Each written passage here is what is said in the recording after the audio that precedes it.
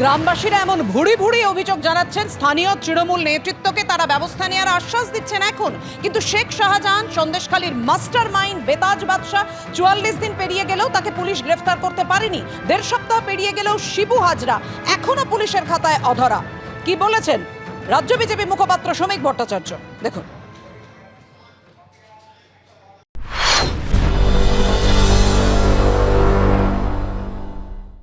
সন্দেশখালী গ্রামে যে তৃণমূল কংগ্রেসের কর্মীরা ঘুরছেন তারা সন্দেশখালীরই অধিবাসী। সন্দেশখালীর উপপ্রধান তিনি জানতেন না যে এখানের মানুষের এত ক্ষোভ আছে। তিনি জানতেন না ওখানে নির্বাচনটা কিভাবে হয়েছে। তিনি জানতেন না যে কিভাবে মানুষের ওপরে দিনের পর দিন ওখানে আক্রমণ সংগঠিত করা হয়েছে। এত বড় আন্দোলন, এত বড় গণবিস্ফোরণ হয়ে গেল, এটা কি হঠাৎ একদিনই এক মুহূর্তে করা সম্ভব হয়? যদি পুঞ্জীভূত ক্ষোভ না থাকে, মানুষের প্রতি উৎপীড়ন না থাকে, তাহলে রাতারাতি এভাবে একটা আন্দোলন সংগঠিত করে দেওয়া যায়? এত মানুষ রাস্তায় নামতে পারে? আর অন্যদিকে যিনি বিধায়ক তিনি বলছেন যে শিবু হাজরার বিরুদ্ধে কোনো অভিযোগই নেই, পরিকল্পিত চক্রান্ত। একবার বিধানসভা নির্বাচনের ফলাফলটা খুলে দেখুন, কত ভোটে তৃণমূল কংগ্রেস সন্দেশখালী থেকে নির্বাচিত হয়েছে। প্রত্যেকটা পঞ্চায়েতগুলো দেখুন, সবকটা পঞ্চায়েত তৃণমূল কংগ্রেসের, সমিতি তৃণমূল কংগ্রেসের, জেলা পরিষদ তৃণমূল কংগ্রেসের। একদলীয় একচেটিয়া একাধিপত্য একদিকে প্রতিষ্ঠা করে ফেলেছে, মানুষের জীবন, মানুষের জীবিকাকে লুট করে দিয়েছে।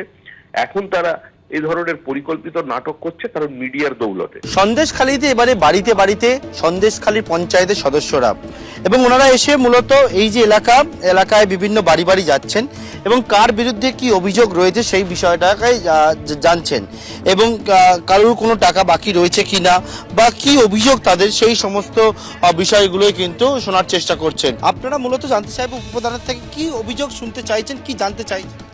আমরা অভিযোগ যেটা শুনতে চাইছি যে এলাকার মানুষ যে লিস্ট টাকা পাবে, তারা সেই লিস্ট টাকা কত দিনের পাবে বা কি বৃত্তান্ত, সেই খবরটা সময় কাছ থেকে। আপনি টাকা পাবে? হ্যাঁ পাবো বাবা। কার থেকে পাবে? উত্তম সর্দার জমি নিয়েছে, সে টাকা দেয়নি। এনাদেরকে আগে কখনো জানাননি যে টাকা পাচ্ছে? বাবা আমরা মূর্খ টুর্খ লোক, আমরা কি করে 5 জনে যেভাবে চলবে সেইভাবে তো আমি চলবো না, আমি একা চলতে পারি বাবা। তুমি তাকে বলেছি, দেখো দাদা আমার ঘর দুয়ার নেই, একটা ঘরে আমার 3টে বাচ্চা, আবার বৌমা আছে, তাহলে আমাদের এই সুবিধা হয় না? এখানে বড় ছেলে ঘর তামিলনাড়ু কাজ করে, স্বামী স্ত্রী কাজ করে মাটি ফেলেছে ঘর করবো বলে। আর জমি কে নিয়েছে? উত্তমদা নিয়েছে। না না টাকা দেয়নি। আপনারা যে রিপোর্ট পাচ্ছেন সেটা আপনারা কি করবেন এরপরে? এই রিপোর্টটা নিয়ে আমরা দলের ঊর্ধ্বতম কর্তৃপক্ষের সঙ্গে আলোচনা করব। সব অভিযোগই আমরা দলকে জানাবো, যেহেতু আমাদের উপরে একটা মনিটরিং টিম আমাদের উপরেও রেখেছে, তারাও খবরাখবর নেবে। এতদিন জানতেন না আপনারা কিছু? এতদিন তো আমাদেরকে জানায়নি। একটু আগে এক ভদ্রমহিলাকে। আপনি তো গ্রামের উপপ্রধান, আপনি এতদিন কি জানতেন? না না না, এরা যদি অভিযোগটা না দেয়, উপপ্রধান মানে আমি তো নিশ্চয়ই পঞ্চায়েতে যাচ্ছি, আমার বুথগতভাবে সেই জায়গাটা থাকছি। আমি তো আর সারা এলাকাটা তো ওইভাবে ঘুরে ঘুরে শোনা সম্ভব না আপনার কি হয়েছে, আপনি টাকা পাবেন কি না।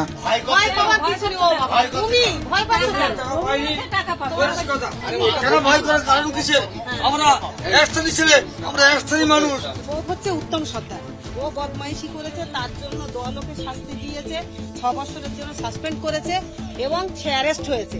এইবার এই যে টাকা, সেটা আমাদের দলের মানে সমস্ত যারা রাজ্য নেতৃত্ব আছে, হ্যাঁ জেলায়, তারা সেই টাকা ওই উত্তম সর্দারের কাছে আদায় করে এনে আমরা তোমাদের হাতে সেই টাকা দিই। শিবপ্রসাদ হাজরার বিরুদ্ধে যে অভিযোগ পাচ্ছে সেটাও কি জানাবেন আপনারা? সেও তো জানানো হবে দলের কাছে, কোনো গোপন থাকবে না এখন। শিবু হাজরা প্রথম দিন আন্দোলন হলো জমি নিয়ে, তারপরের দিন পরের দিন শিবুদার ঘর ভাঙচুর বা পোলট্রি ফার্ম পোড়ানো হলো। তৃতীয় দিনে কোনো এফআইআর হয়নি। পরের দিকে শিবুদার নামে এফআইআর হয়েছে এবং পরিকল্পিতভাবে এফআইআর হয়েছে। এটা পুলিশকে বলেছে খতিয়ে দেখে ব্যবস্থা নেওয়ার জন্য। যে ড্যামেজ হয়েছে সেই ড্যামেজ অবশ্যই কন্ট্রোল হবে বলে তারা মনে করছেন এবং বাসিন্দাদের সঙ্গে কথা বলে তারা বোঝানোর চেষ্টা করছেন যে তৃণমূল কংগ্রেস কিন্তু তাদের সঙ্গেই রয়েছে। এই বার্তা নিয়েই আর তারা একেবারে ঘরে ঘরে পৌঁছে যাচ্ছেন আমরা দেখতে পাচ্ছি। ক্যামেরা দিব্যেন্দু সিংহের সঙ্গে পার্থপ্রতিম ঘোষ, এবিপি আনন্দ, সন্দেশখালী।